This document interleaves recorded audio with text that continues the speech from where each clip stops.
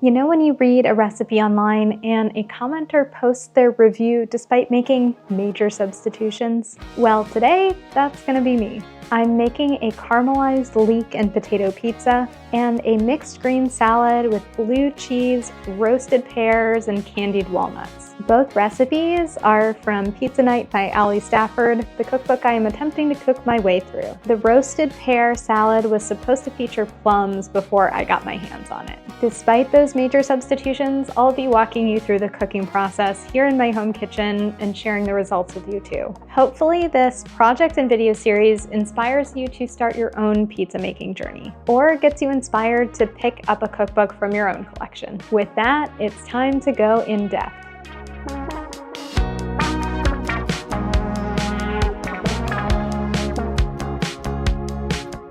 Hi, I'm Maddie Burton, and I write a newsletter called On the Cusp, which is where I first talked about my goal to cook my way through Pizza Night. I'm documenting that project here, and you can follow along on my newsletter or on YouTube. Last week, I mentioned that this book has inspired me to keep a sourdough starter and start making sourdough bread. This week, I also worked up the courage to begin making sourdough pizza dough, which I am very excited about. A couple of days ago, I whipped up my first batch. Fortunately, Allie provides very clear instructions in the book, which are actually so straightforward I can't believe I didn't try this variation of the dough earlier. It's a tiny bit more involved than the usual yeast-raised pizza dough, but with a little bit of extra time to accommodate the stretches and folds, that was easy to manage. I can't wait to use it in this week's recipes. As I mentioned, the salad this week was supposed to feature Italian black plums, which sounded heavenly. When I got to the grocery store, though, it was clear I arrived just a bit too late for plum season because pears had already taken their place on the shelves. So initially I panicked. What am I supposed to do? Plums are the starring ingredient in the salad recipe. I decided that the texture of pears were similar enough to that of plums that I could easily make the swap in the salad. But unfortunately, as I went to pick out some pears for tonight's dinner, I realized none were ripe. A little sign at the store actually suggested roasting the pears with honey and a bit of olive oil,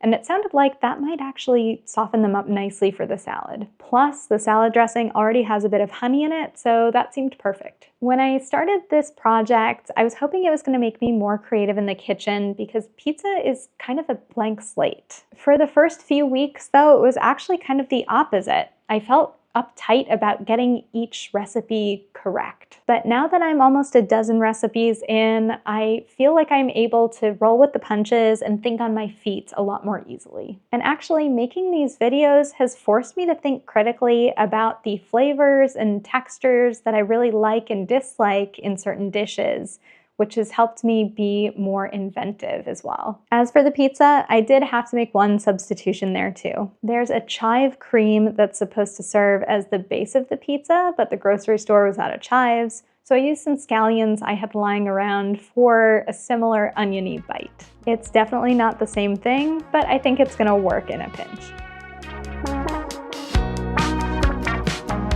As always, before I jump into this week's recipes, let me show you the receipts. Because in addition to showing you what it's like to make these recipes and share the results, I do like to show you what it all cost. The ingredients for both recipes came to about $46, with the cheese definitely being the most expensive part of the bill. The Gruyere alone was $16. For context, I'm making 2 pizzas and the full salad recipe, which serves 4. Fortunately though, the grocery list was short and I already had some ingredients on hand, like walnuts for the salad. Honestly, I'm not much of a blue cheese fan and it features heavily in this salad. So at the store, I asked the cheese counter folks for blue cheese for people who don't like blue cheese. We'll see how that goes. All right, so here's what I'll be tackling on the salad front. To make candied walnuts, I will toast some walnuts on the stovetop in a skillet, set them aside, and then melt sugar in that same saucepan. I'll stir the walnuts into the melted sugar, then set everything aside on a parchment-lined cookie sheet to cool off. Later, when they've cooled, I will break them up into littler pieces to serve on top of the salad. I'll halve and core the pears, then roast them at 450 degrees for about 15 minutes with a touch of honey and olive oil. When those are tender and cooled off a bit, I will slice them up,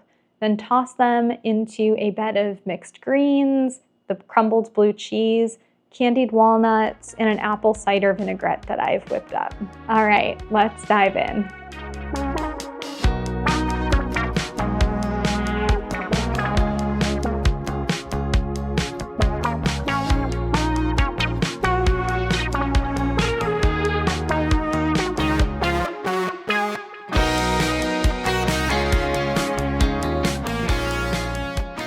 Okay, with the salad prepared, it's time to tackle the caramelized leek and potato pizza. Here's what I'll be doing. I'll take 2 rounds of sourdough pizza dough out of the fridge to proof at room temperature for a couple of hours. I'll slice the leeks thinly, then put them in a bowl of cold water and let them sit for a few minutes so any dirt can settle out. Then I'll cook them in a skillet with some olive oil and finish them off with a touch of white balsamic vinegar. I will whip a bit of cream into soft peaks, and in a perfect world, that's what I would add the chives to. And I will grate a brick of Gruyere. I'll slice the potatoes super thin, toss them with olive oil and salt, and bake them until the edges just begin to turn crisp and brown. Then I'll stretch out my dough and pile it high with the cream, leeks, Gruyere, and potatoes. Then cook in a 550-degree oven on a baking steel. All right, let's do this.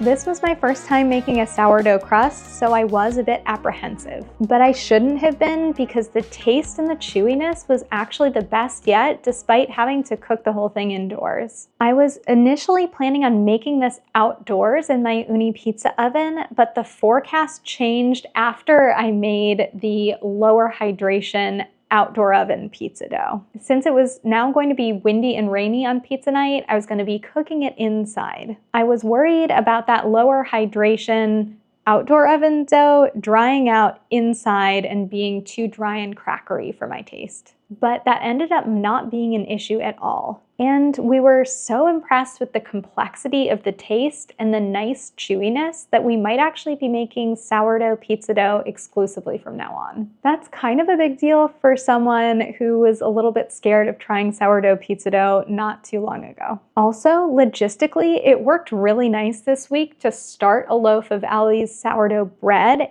and her sourdough pizza dough at the same time. I just labeled the bowls so I didn't mix them up, but the process worked really nicely in parallel. We got lots of great bread and pizza out of that process. Alongside the salty pizza, the complex sweetness of this salad was the ideal match. Honestly, it was probably the most ideally suited pizza salad combination I've tried so far. Plus, the preparation was so easy, which I also love. Toasting and then candying the walnuts was a super easy way to make them extra flavorful and special. The apple cider vinaigrette came together really easily and sang with the autumnal hint of apples. I'm sure I would have loved plums in this salad, but roasting the pears was a really great hack for taking sad, underripe fruit and making it super juicy and the star of the show. Plus, the mild blue cheese I picked out might actually make me a blue cheese convert. It took what could have easily been a too sweet salad and really balanced it out with some funk and earthiness.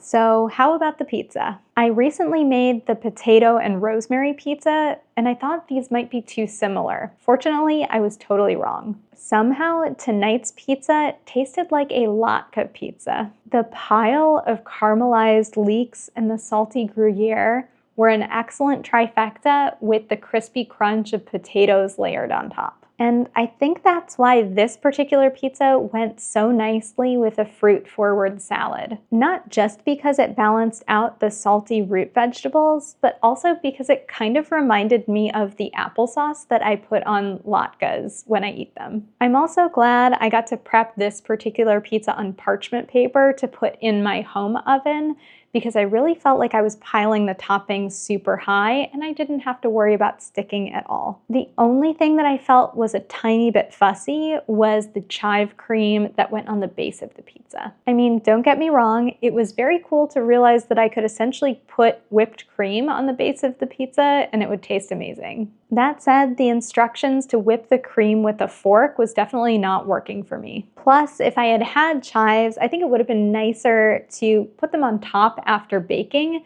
where they could really shine instead of being buried underneath all of the caramelized leeks. Next time, I will probably scale down the number of leeks that I caramelize from 4 for 2 pizzas to 3. That said, it's not a big deal to have leftover caramelized leeks. Tomorrow, I'm actually really looking forward to stirring the leftover leeks and Gruyere into a batch of scrambled eggs that I have with some sourdough bread. Can you tell that I've been enjoying my pizza night leftovers? All right, guys, that's it for this week. Next time, I will be back to make and share even more pizza and salad with you. In the meantime, I really hope you try these recipes at home. If you do, hop into the comments and let me know, because I would love to hear how they went for you.